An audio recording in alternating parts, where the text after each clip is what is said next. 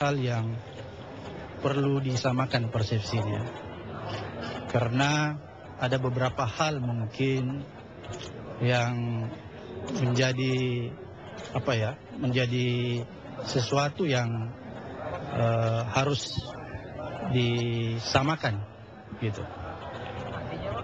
Apakah Bapak sudah sepakat yang lainnya belum Bukan begitu.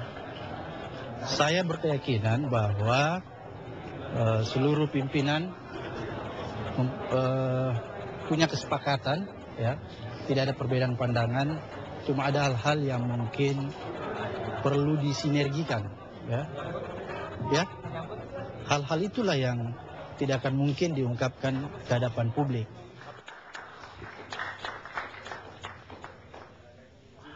Pemirsa sudah melihat dari Ketua KPK dan juga ada keterangan lainnya bahwa sudah sepakat menjadikan Anas tersangka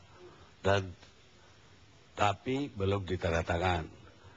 Ternyata yang beredar kemudian adalah surat perintah penyidikan yang hanya ditandatangani 3 komisioner.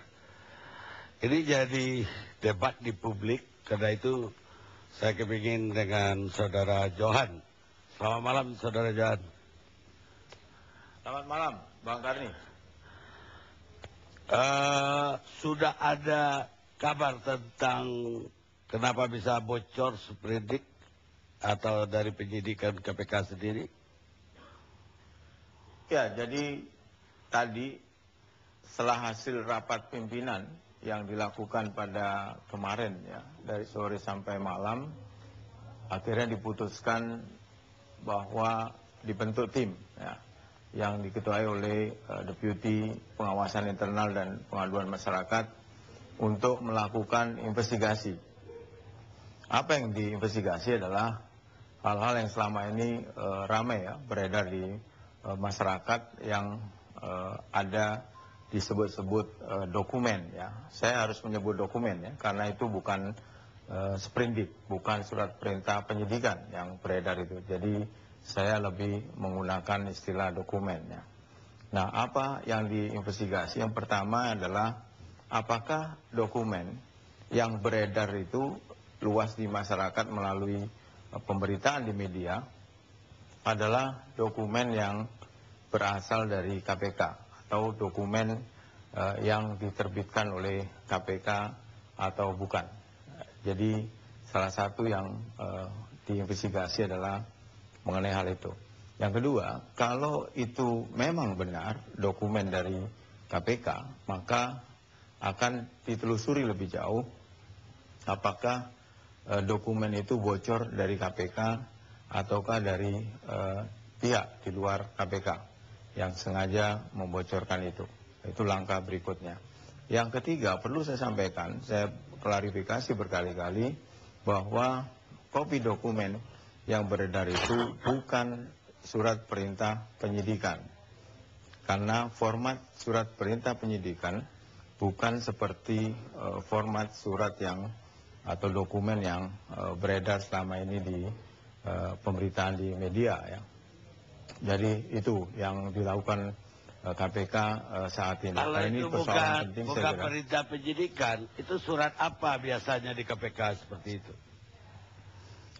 Nah, kalau dilihat dari kopi dokumen yang beredar di masyarakat itu, di media, itu adalah semacam draft, ya, persetujuan untuk diterbitkannya sebuah surat perintah penyidikan.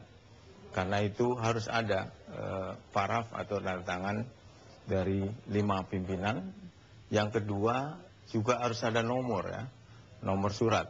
Nah, yang saya lihat kemarin di dalam pemberitaan di media itu tidak ada nomor surat dari dokumen itu. Yang kedua juga paraf dari pimpinan KPK hanya 3, ya, yang memberikan paraf di situ.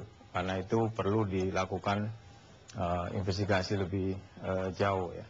Kalau surat perintah penyidikan itu hanya ditandatangani oleh 1 pimpinan, ya, pimpinan KPK, bisa ketua, bisa juga wakil ketua. Kemudian ada tanda tangan dari kepala satgasnya di sana. Jadi yang beredar kemarin itu bukan Itu baru draft untuk menyetujui lahirnya surat perintah penyidikan, kira-kira begitu kan? Betul, betul. Jadi untuk menerbitkan sebuah surat perintah penyidikan, surat perintah penyidikan itu selalu disampaikan pada publik ya. Setelah ada tanda tangan resmi, baru diumumkan pada publik bahwa si A atau si B ditetapkan sebagai tersangka dengan dugaan melanggar pasal-pasal yang ada di Undang-Undang Pemberantasan Tindak Pidana Korupsi. Karena itu ketika saya ditanya apakah Anas Urbaningrum berstatus sebagai tersangka, nah, saya jawab waktu itu adalah sampai hari ini belum ada surat perintah penyidikan dengan tersangka Anas Urbaningrum. Apa status Anas? Status Anas adalah pihak yang pernah dimintai keterangan dalam penyelidikan Hambalang. Keterangan itu juga diperkuat lagi oleh Ketua KPK, ya, Pak Abraham Samad. Dan tadi kutipannya belum lengkap, tadi saya kira yang disampaikan oleh Pak Abraham tadi tidak dimuat secara lengkap. Meskipun Pak Abraham menyatakan bahwa ada kesepakatan lima pimpinan, tetapi pada pernyataan berikutnya dari kalimat itu adalah yang pertama belum ada surat perintah penyidikan. Yang kedua yang disampaikan Pak Abraham, apa status Anas ketika itu yang disampaikan oleh Pak Abraham adalah Anas Urbaningrum saksi. Itu jelas karena saya berada di sebelah Pak Abraham ketika Pak Abraham menyampaikan keterangan kepada pers. Jadi sebenarnya tidak ada perbedaan pernyataan yang dikeluarkan oleh KPK ya. Jadi selama informasi atau keterangan itu tidak resmi dikeluarkan oleh KPK, apakah itu dari pimpinan KPK atau dari orang yang ditunjuk ya, atau juru bicara KPK, saya kira nilai dari informasi itu adalah hanya sekedar isu atau saya menyebutnya sebagai hoax saja. Gitu. Ya, tapi publik melihatnya dari pernyataan ketua bahwa ada kesepakatan dan kemudian lahir atau beredar dokumen tadi.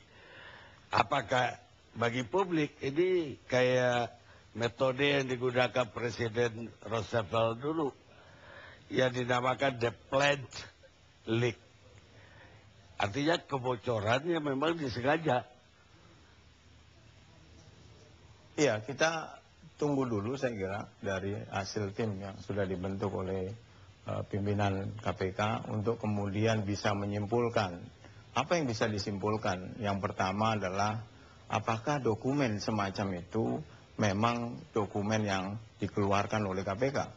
Karena bukan sebuah hal yang sulit ya untuk memalsu atau mengkopi dengan meniru surat-surat yang dikeluarkan oleh siapapun ya, apakah itu KPK atau instansi yang lain. Kita sering mendengar ada panggilan palsu juga pernah ada itu, kita pernah dapatkan.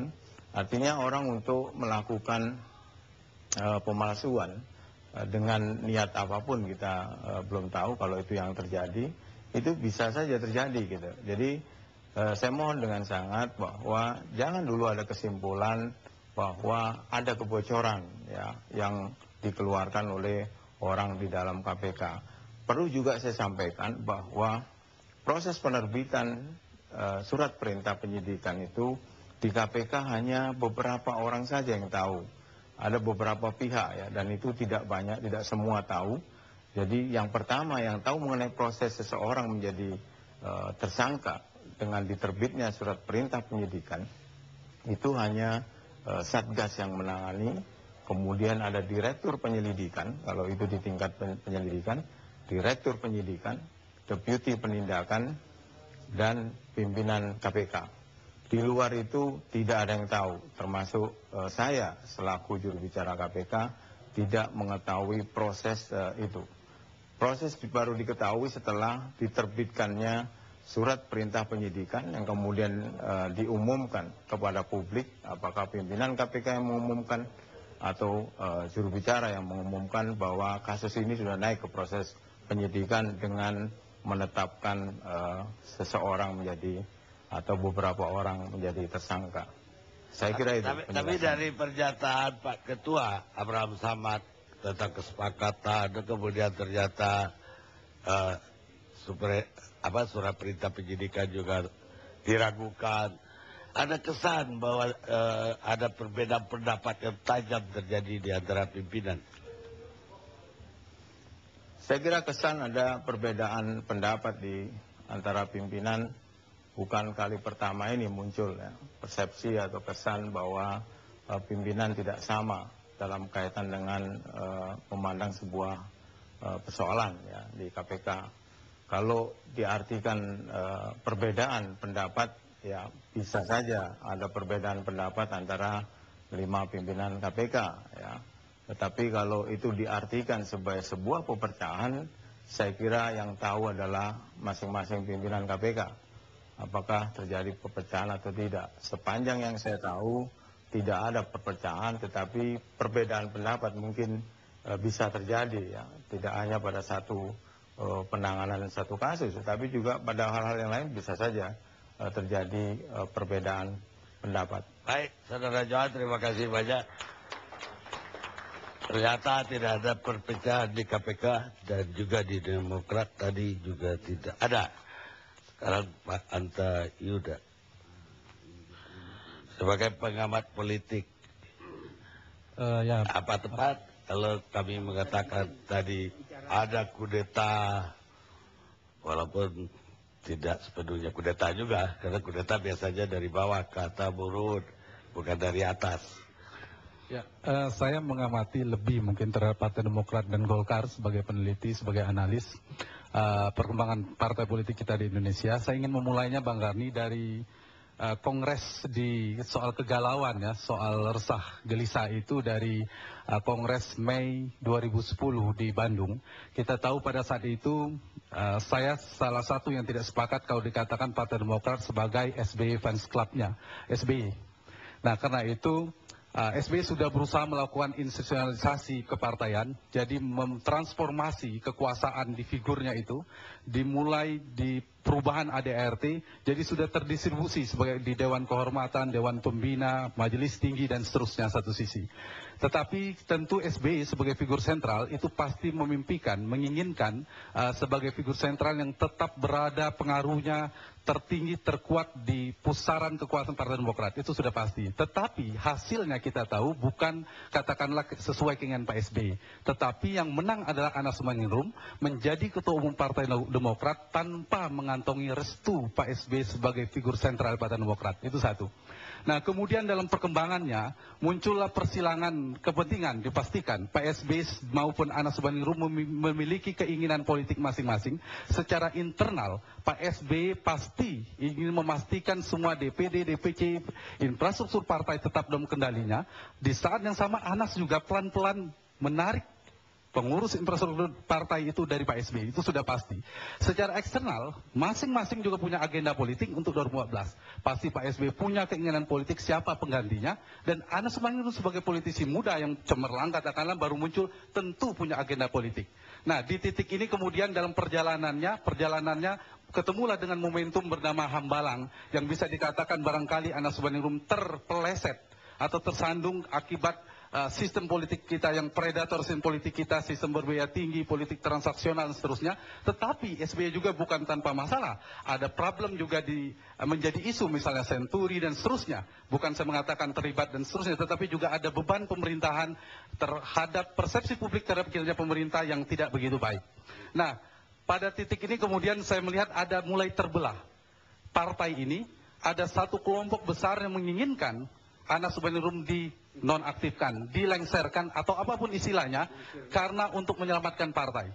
Jadi berpijak pada logika persepsi publik, berpijak pada logika elektabilitas partai, tetapi kelompok yang besar juga termasuk Mas Gede Pasek yang berposisi pada berpegang teguh pada konstitusi partai. Berpegang teguh pada konstitusi partai, dan ini bisa dikatakan kubunya soliditas.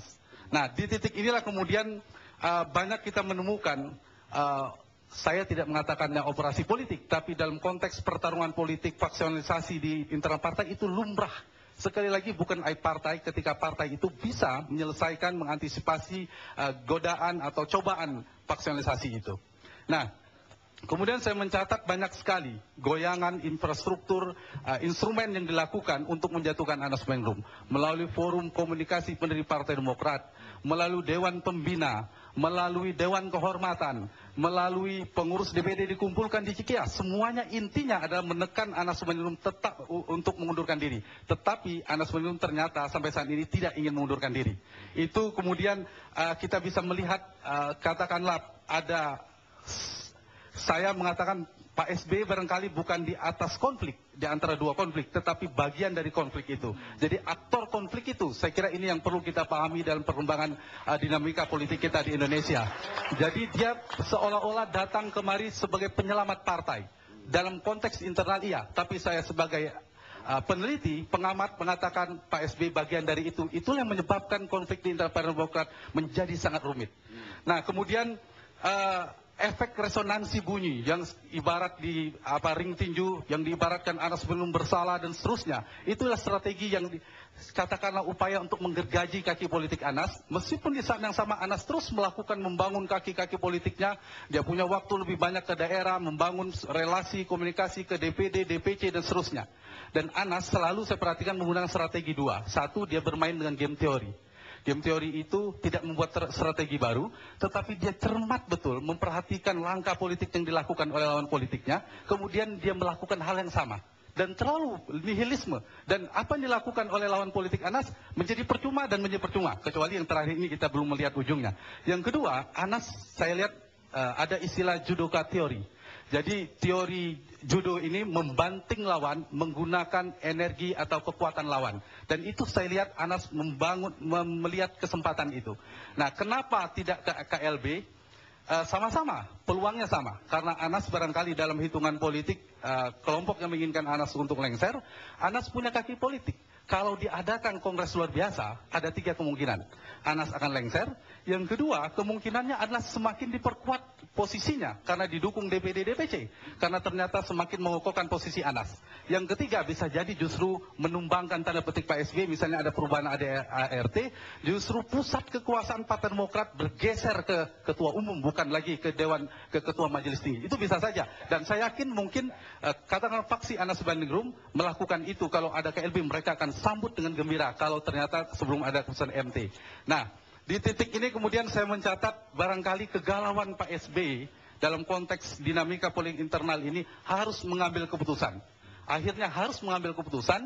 Yang saya sayangkan, perkiraan saya harusnya di pasal 100 ayat 3 anggaran dasar Partai Demokrat itu sangat jelas. Bisa melalui majelis tinggi, bisa melalui DPD DPC yang 2/3 DPD plus setengah DPC. Tetapi itu tidak dipilih. Barangkali karena hitungan Pak SBY, saya tahu Pak SBY sangat cermat sekali menghitung hitungan politiknya. Nah, cuma tadi Pak Max juga menyinggung, Pak Max Papua tadi menyinggung sebagai anggota majelis tinggi, saya pegang majelis memegang anggaran dasar Partai Demokrat yang 140 pasal ini, saya tidak menemukan. Jadi beda kalau kita berpartai, namanya juga Partai Demokrat, tentu konteksnya ada demokrasi. Bicara demokrasi, maka konstitusi. Beda kalau kerajaan itu titah raja menjadi konstitusi. Nah, dalam konteks ini saya tidak menemukan dari 120 pasal dalam anggaran dasar, dan mungkin barangkali saya pikir ada di 46 pasal di anggaran rumah tangga partai ini, ada kewenangan majelis tinggi yang bisa mengambil alih atau melucuti kekuasaan seorang ketua umum, dan ternyata tidak ada. Karena itu saya setuju dengan Bang Karim mengatakan setengah hati tadi, harusnya ini bisa dikatakan kudeta setengah hati. Nah, satu, saya sering berpikir Pak SBY seorang konstitusionalis biasanya, sangat mengagungkan, sangat berpegang teguh, dan kali ini saya sebagai peneliti agak terkecoh. Ternyata pijakan konstitusinya justru dipertanyakan. Tetapi kalau semangatnya bahwa ini milik Pak SBY dan seterusnya, itu persoalan lain. Nah, sampai di sini kita bisa juga melihat kemudian ada hasil survei, kemudian ada beredar lagi sprindik yang sebelumnya mungkin membuat Pak SBY semakin percaya diri. Ada seorang ketua umum partai, presiden partai yang juga jadi tersangka di partai lain. Kemudian ada di partai lain juga mengambil alih misalnya di Nasdem, Pak Surya Paloh mengambil alih langsung kekuasaan partainya. Jadi ada semangat untuk melakukan itu, ditambah lagi ada momentum menyusun daftar caleg sementara. Kemudian ada fakta integritas, jadi pelucutan ini menurut saya memang sistematis. Sekali lagi saya mengamati sebagai peneliti. Nah, kemungkinan ada dua setelah ini. Satu, kalau Anas berakhir menjadi tersangka dalam hitungan hari, maka konsolidasi partai yang dilakukan Pak SB saya yakin akan semakin matang dan turbulensi tensinya akan turun. Tetapi kemungkinan kedua, kalau dalam hitungan hari, apa yang dipidatokan Pak SB sebagai Ketua Majelis Tinggi, yang seolah-olah Anas sudah menjadi tersangka, tapi ternyata tidak menjadi tersangka, justru ini jadi bumerang besar bagi Partai Demokrat, dan perang terbuka tetap menggunakan soft strategi tentunya akan mulai terjadi. Masing-masing akan mempertanyakan basis legitimasi Pak SB. Kalau itu terjadi, siapa yang menang? Dan itu tergantung DPD DPC. Dan dalam waktu hitungan semua bertarung dengan waktu. Baik kelompok katakan Pak SB maupun Anas berhitung dengan waktu menarik dukungan DPD DPC. Dan mungkin juga ada lintas partai yang akan mendukung Anas Urbaningrum. Tentunya dia punya jaringan dan seterusnya. Nah, DPD dan PC saya tidak begitu percaya ada loyalitas ideologis di partai politik kita. Ini akan sangat tergantung siapa yang akan berkuasa. Dan jadi kuncinya adalah kekuasaan dan materi. Jadi mereka akan kemana, itulah penentunya. Dan semua akan berpikir menyelamatkan diri. Sekarang penentuan daftar caleg sementara sampai 9 April 2013, sampai September itu daftar caleg tetap.